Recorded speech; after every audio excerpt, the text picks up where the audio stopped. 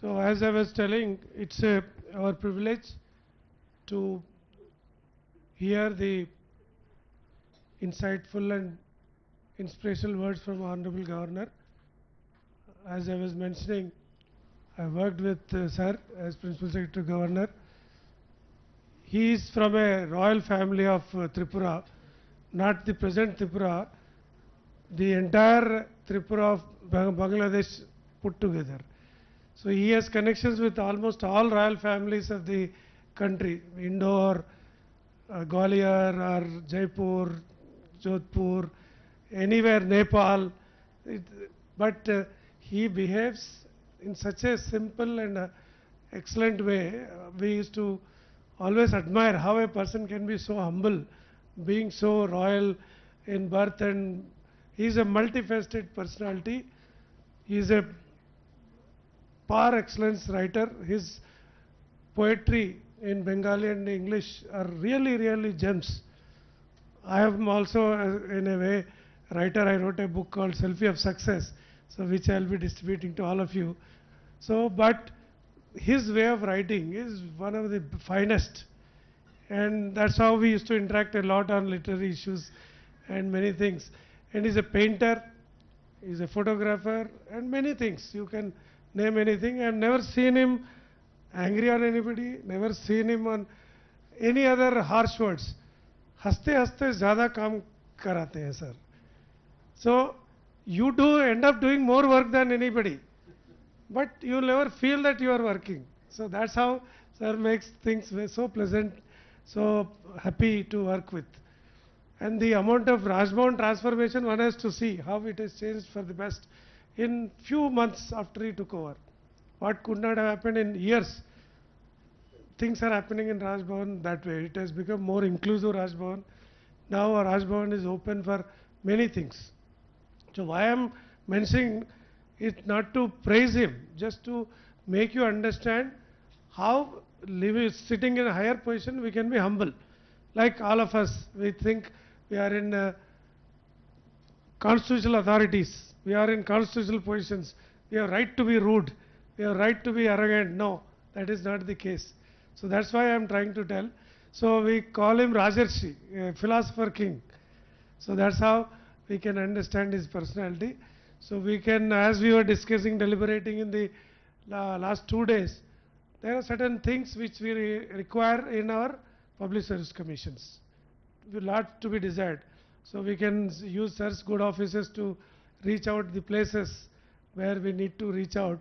So sir has plenty of very, very good opportunities to talk to anybody in the country. And also sir understands the issues very fast, very quickly. And he has the guts to say you can call a spade, irrespective of whoever it is. He doesn't mind taking up strong issues in spite of its repercussions. So like that we can use his good offices to make public service commissions lot more strengthened, so that we can deliver best possible service to the people whom we are supposed to serve, the job seekers. Sir, the last 2 days we have been deliberating how to reduce the litigation in the public service commissions, because whatever we do, whatever finer manner we are doing the recruitment, finally we end up in litigations.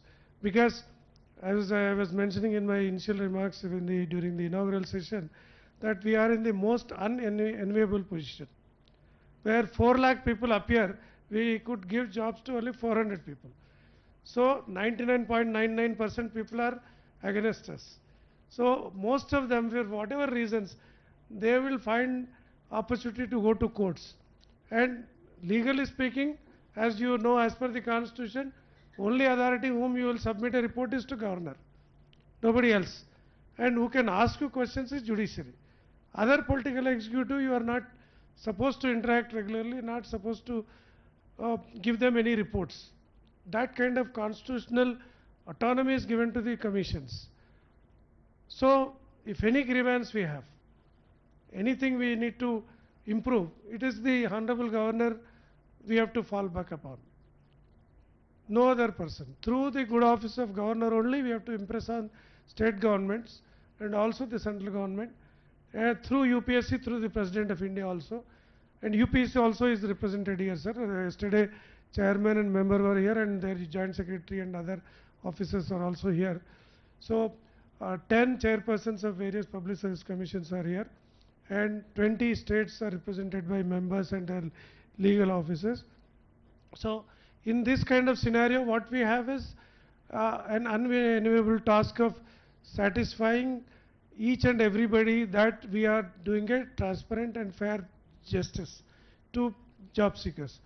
But some of them will anyway go to court.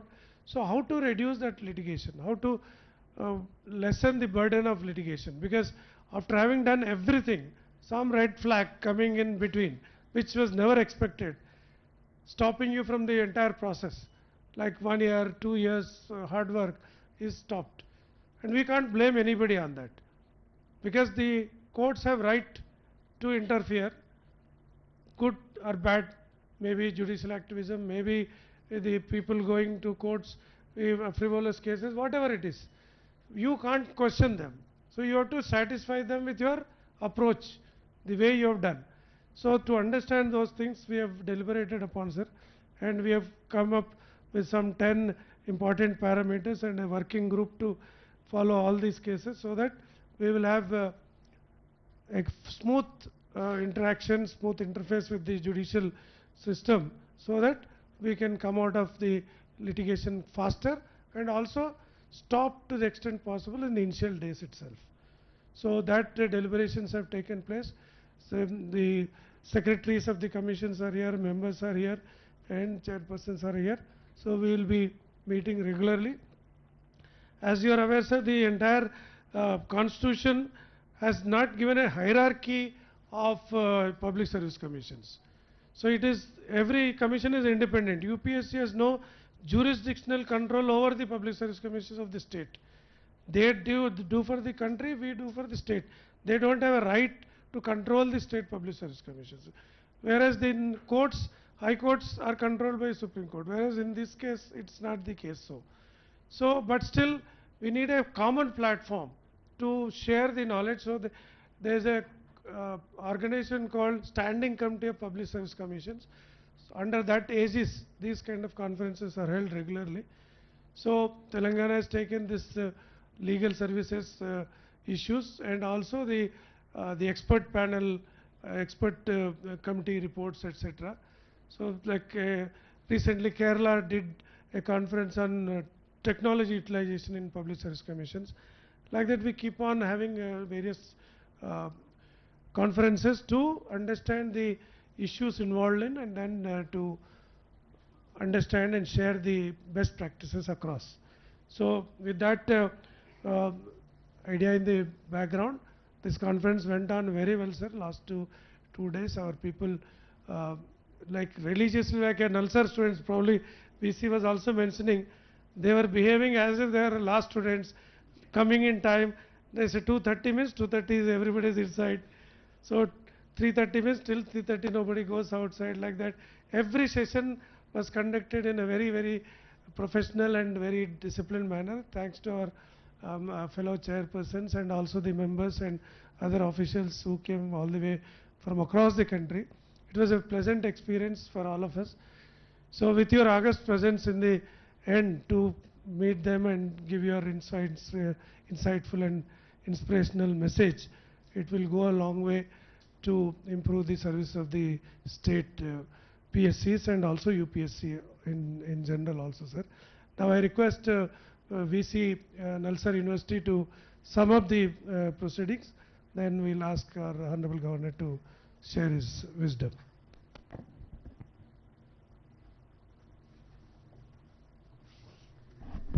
His Excellency Sri Vishnudev Varma ji, Governor of Telangana, Sri Venkatesham Garu, Chairperson Telangana Public Service Commission, Sri Amirullah Khan. He is an academic, core of academic, and currently he is a member of the Telangana Public Service Commission. So he is a frequent visitor. He teaches economics in Nalsar for many years. So it's both an honor and privilege to offer the closing remarks at the conclusion of this truly enriching national conference. an initiative that I believe will have a long-term impact on how we understand, approach, and mitigate the legal complexities surrounding public service recruitments in India. Over the past 2 days, NALSAR has had the privilege of hosting some of the sharpest and most committed minds from across the country, starting with the chairmen of the Public Service Commissions, members of the Public Service Commissions, judges, scholars, advocates, and technologists and innovators who are all engaged in the important task of protecting the constitutional integrity of public recruitment systems.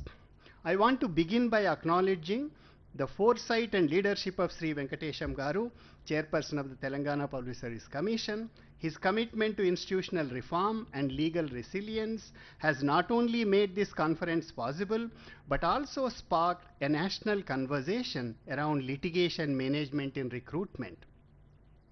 I extend my warm thanks to the organizing team, Dr. Amirullah Khan, Professor Yadaya, Rajni Kumari, Naveen Nicholas, for curating such a substantive and seamless platform for learning and exchange.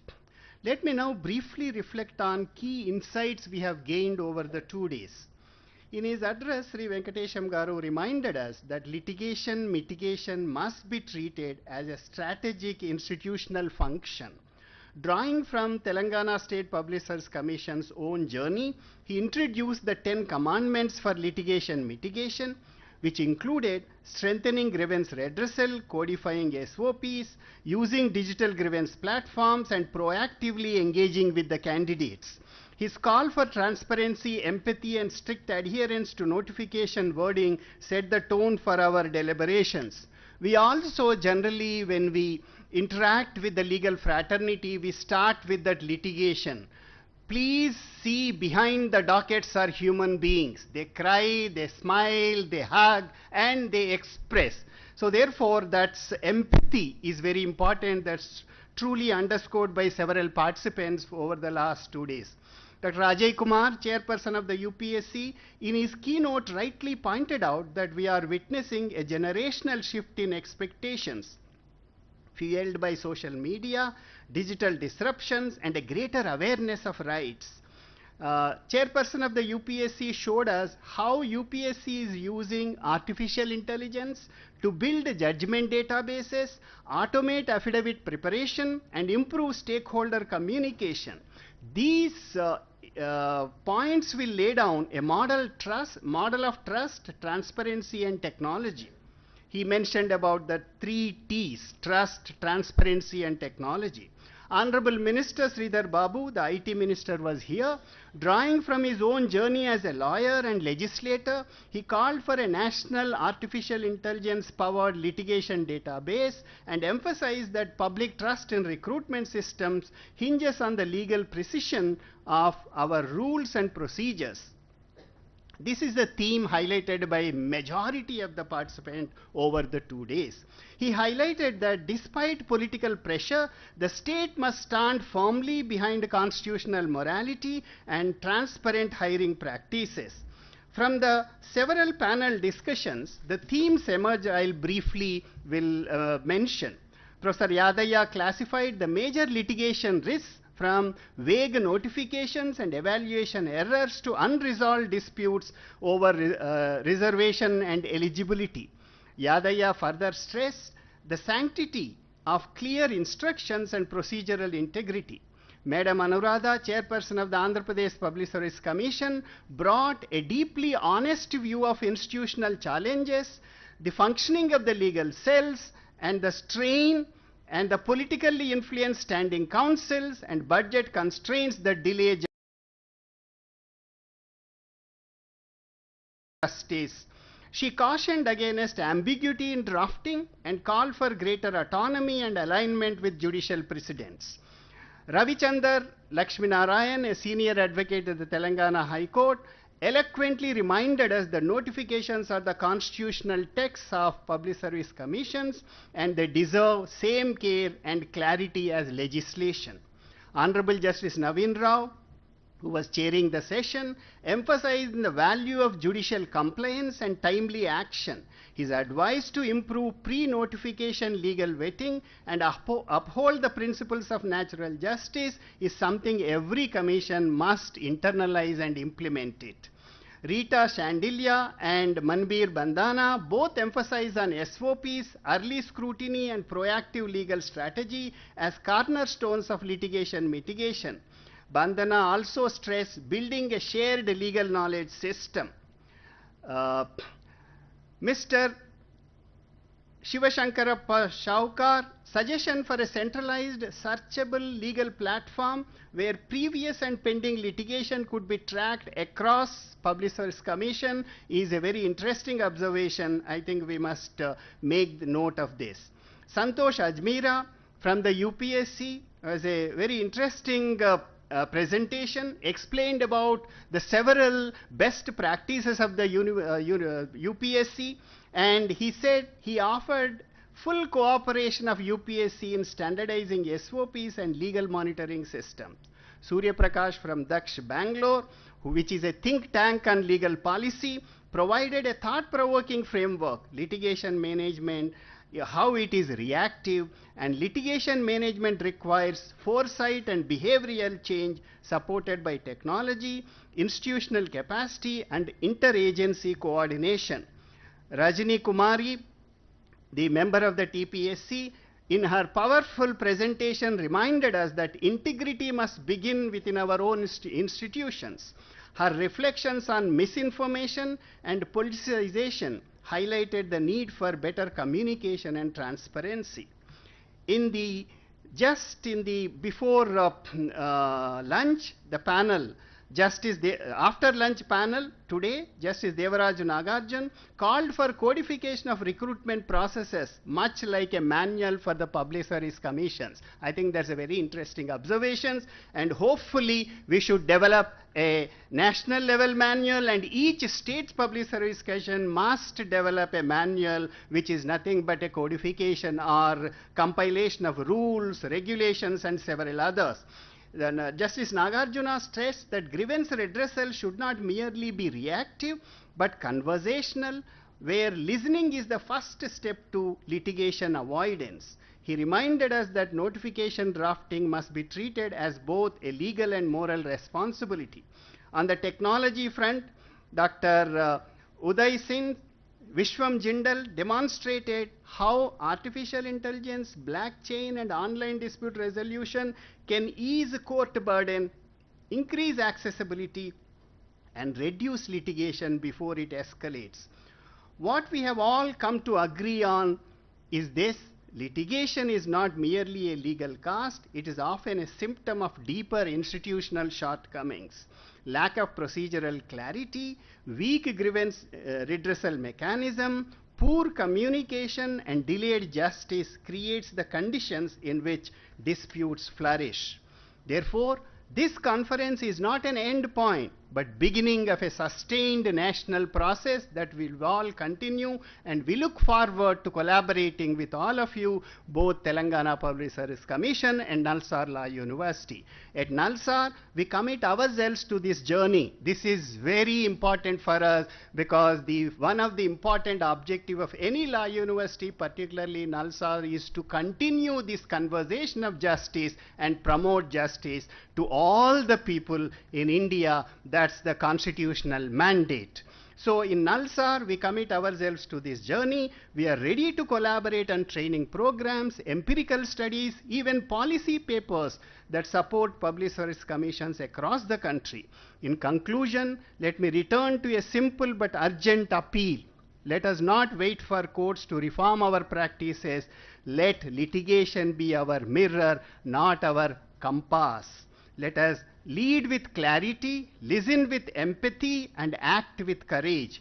I thank each one of you for your time, your honesty, and your commitment to strengthening the integrity of our democratic institutions.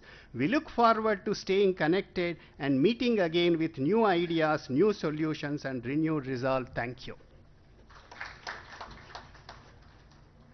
Thank you, VC Garu. Because of your presence and the campus and interaction, collaboration with you has elevated this conference to its fullest sense. Otherwise, if we are doing without Nalsar, it would not be of the same quality and same interaction. So Nalsar campus and Nalsar's name lend lots of support to us.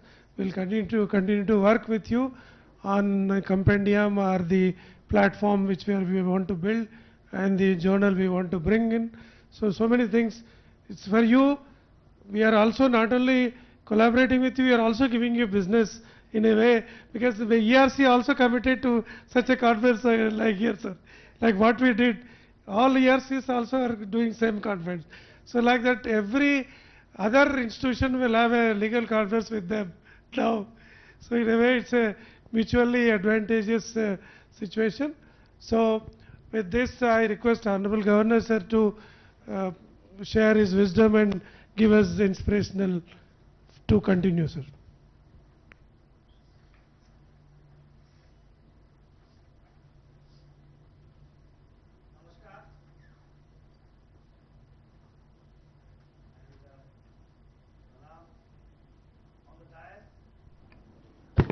On the dais, C.B. Venkatesham, Chairman TGPSC, Dr. Amirullah Khan, Member, Telangana TGBSC, Professor Krishna Rao, Vice Chancellor Nalsar, University of Law, respected dignitaries, esteemed chairpersons of State Public Service Commissions, legal experts, distinguished guests, ladies and gentlemen.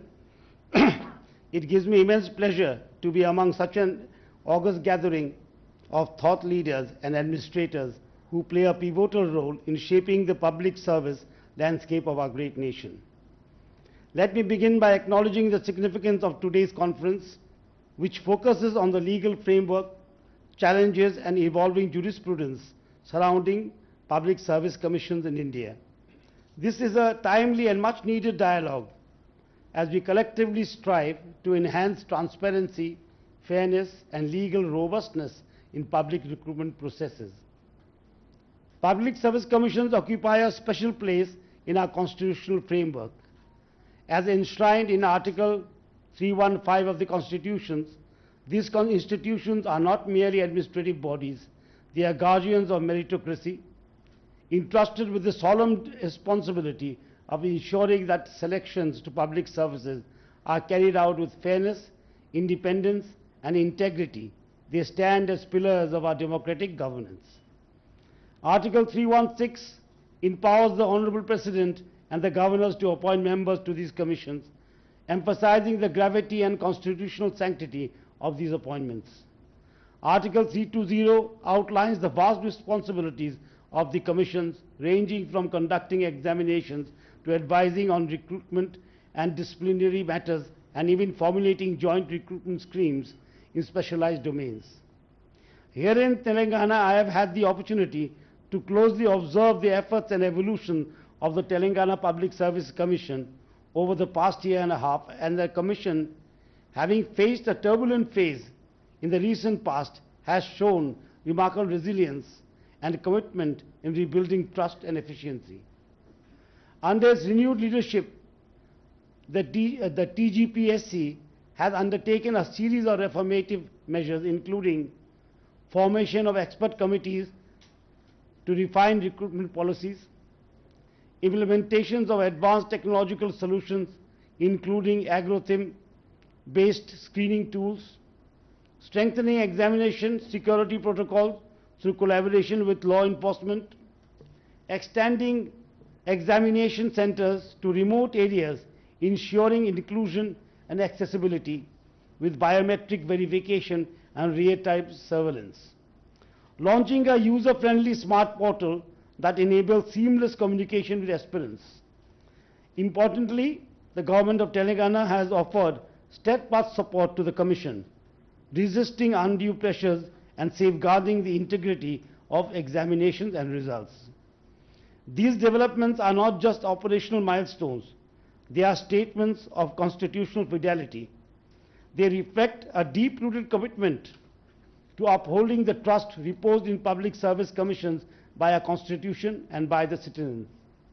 As we gather here today to deliberate on legal issues, I urge all of you to view law not just as a constraint, but as a framework for empowerment, one that helps us protect merit, prevent arbitrariness, and promote justice in public employment.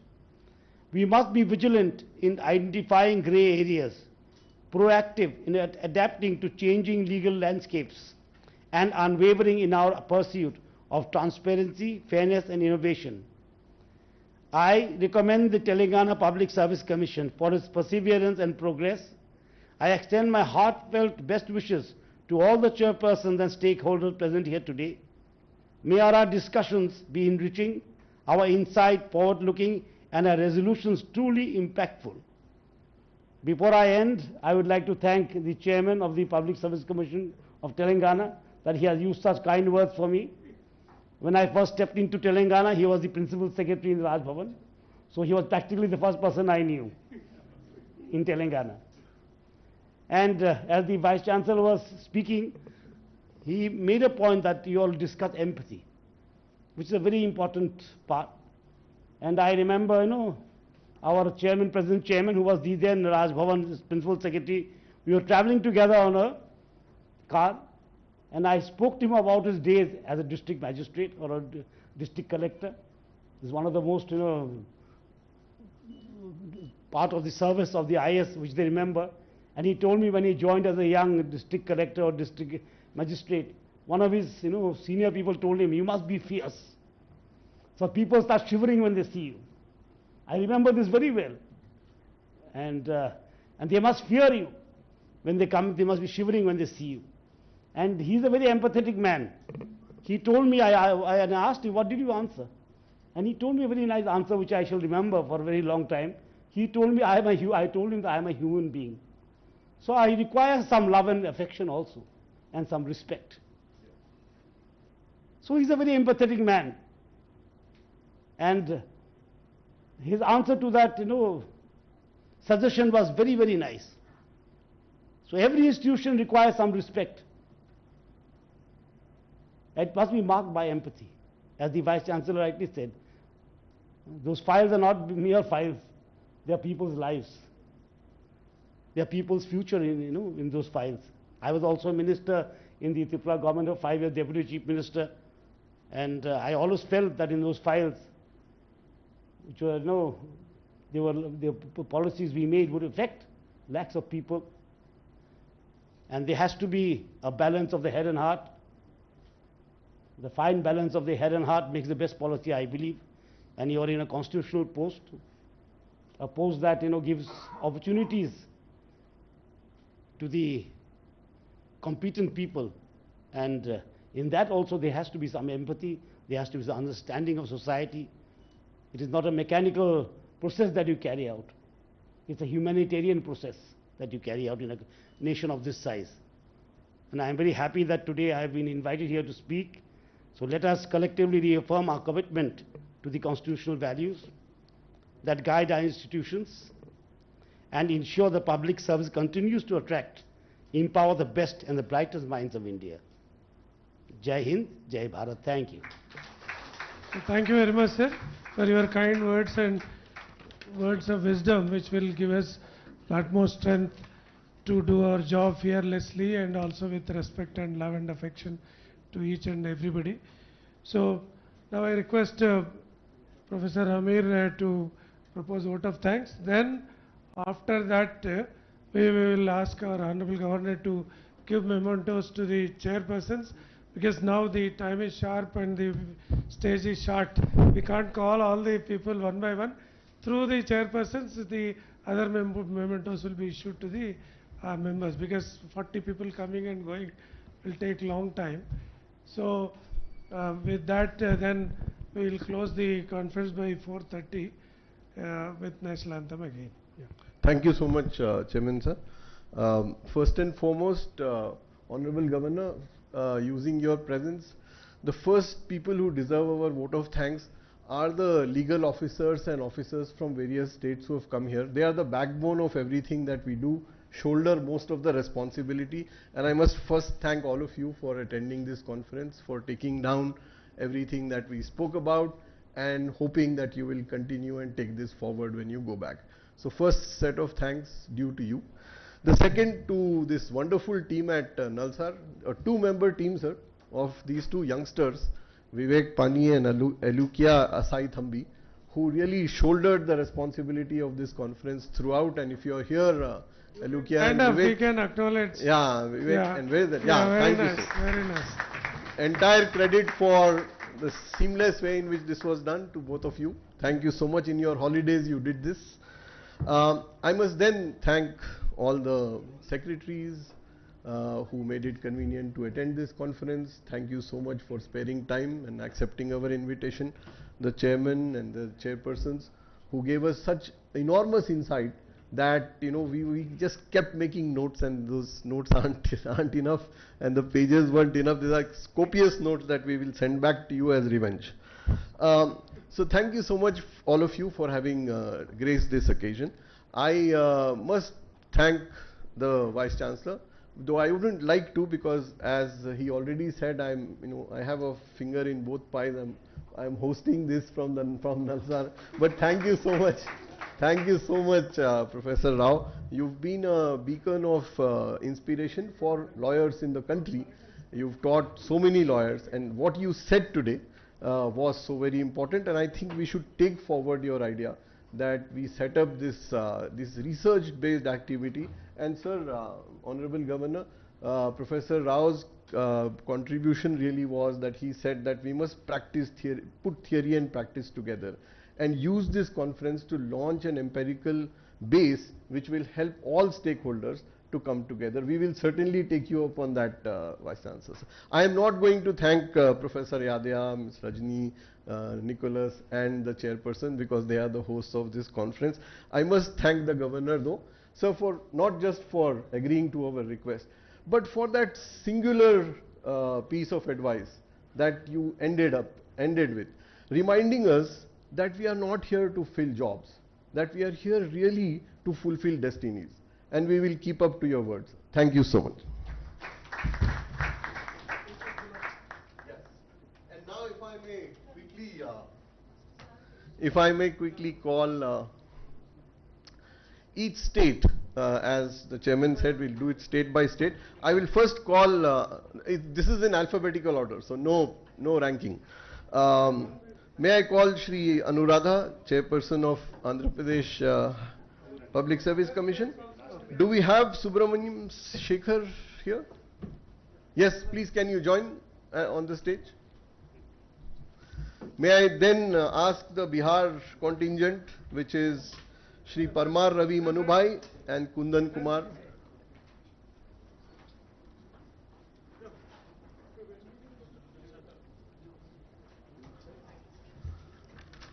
So that's Ms. Anuradha and Mr. Subramaniam Shekhar from Andhra Pradesh. Thank you so much for joining us. Thank you. Parmar Ravi Manubhai, IAS, sir, thank you so much. And Shri Kundan Kumar, Joint Secretary. Thank you so much, sir. From the Bihar. May I now get the Chhattisgarh contingent? We have a pretty strong contingent led by Miss Rita Shandilia. Rita, ma'am, that way. So I'll request everybody to go from that side, please, and come from here. So Miss Rita Shandilia, Gajanan Rathod, Reena Jamil, Apurva Srivastav, a 4-member group. Thank you so much for joining us. Honorable Governor, this is the chairperson for the Chhattisgarh Public Service Commission. I will now have Goa, please. Dr. Rathod, Dr. Rao Rane and Ms. Sadhna Kenkare.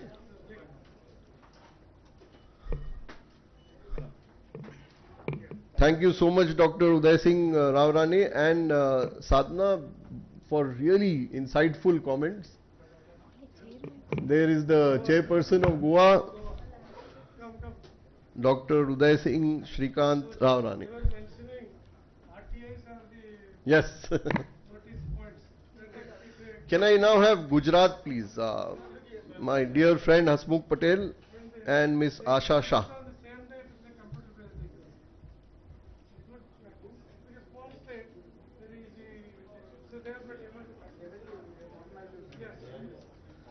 Thank you. Thank you again. I know, but I deliberately didn't want to tell them. Thank you, sir. Sir, Hasmukh Patel and Asha Shah from Gujarat. Could I get Haryana and Jammu and Kashmir together, please? Gaurav Natyala, Yashpal Kotwal, Virender Bhatt. And if I can request Akshay Kumar Singh of Jharkhand also to join. Yeah. Okay. Can I get the next is Karnataka? Karnataka led by Shri Shiv Shankarappa Saukar, Ms. Geeta, Srimati Elfrida, Shri Chandrasekhar couldn't come, but if I could, thank you very much. That's Mr. Saukar. Tamil Nadu. We'll now go to Tamil Nadu. May I invite Shri Prabhakar, Shravan Kumar, Shri Jnanamurthy and Shri Ananta Padmanabham.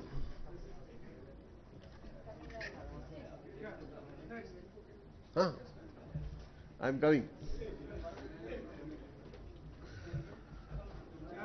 We will then have Uttarakhand, Dr. Ravi Dutt Godial and Girdhari Singh Rawat.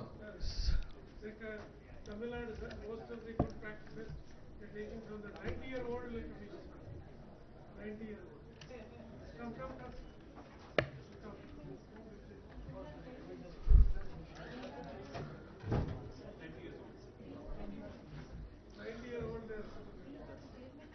So may I now ask Kerala, Madhya Pradesh and Maharashtra to get ready. Abdul Samad, Stanley Thomas, Narendra Kumar, Prabal Sipaha, Kriti Khurasia, Anita Shukla, Abhay Eknath Wagh, Satish Deshpande and Veer Bhadraya Subhash Swami. No chair.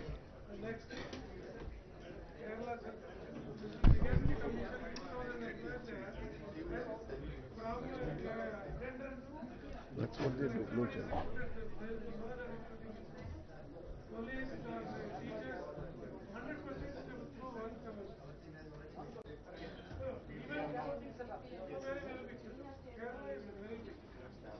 They have 19 members. It looks like cabinet and they sit for meetings. So now we'll have Kerala, Madhya Pradesh and Maharashtra together. Yes, please. Please.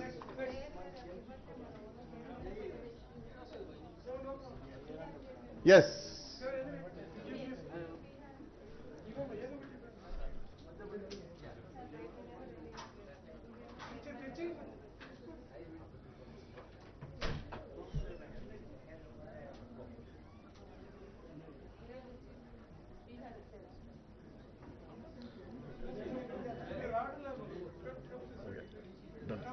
Done.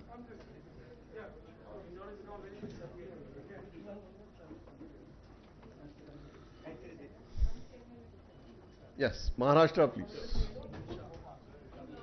Maharashtra, Dr. Abhay Wagh, Dr. Satish Deshpande, Sagar Suresh, and Veer Bhadraya Subhash Swami. Thank you, sir. Thank you.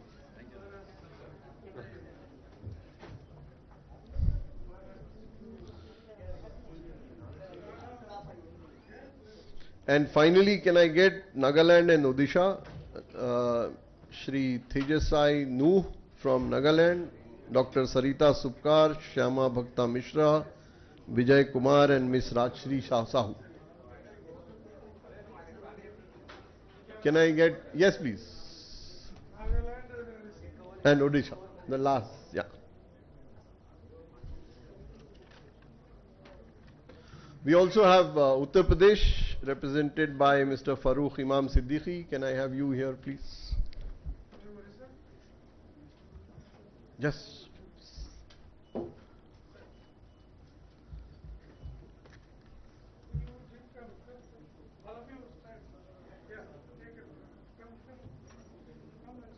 So that's the UP gentleman. One photograph with sir will always be. Now Uttar Pradesh. Uttar Pradesh. And finally, may I request the UPSC delegation that, thank you so much for joining us, Santosh.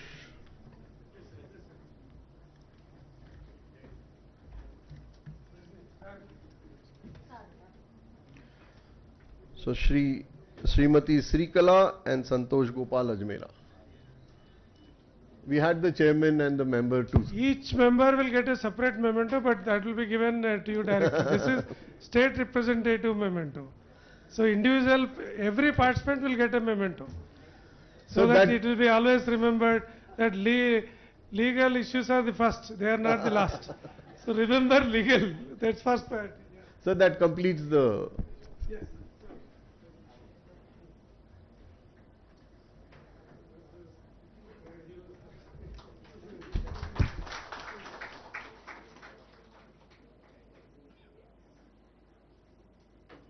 Come,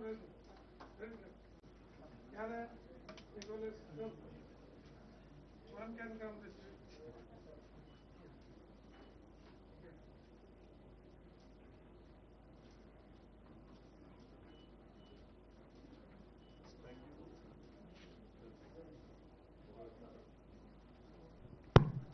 We will close this conference again with national anthem, because whenever Governor sir is there, program started with national anthem, ends with national anthem. Same wise in our Public Service Commission also we are starting that same way, because we are also constitutional authority to enforce that we work with the constitution. We started that practice in our commission meetings. It should start with national anthem, end with national anthem, so that we always get reminded that we are also constitutional obligations to be fulfilled.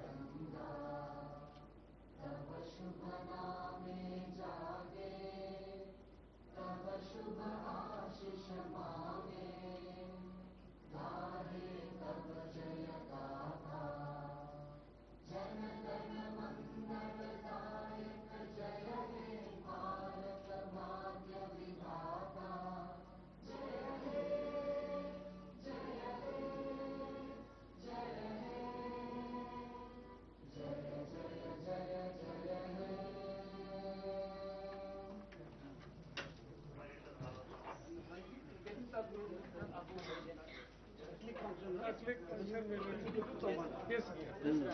Oh, that's right.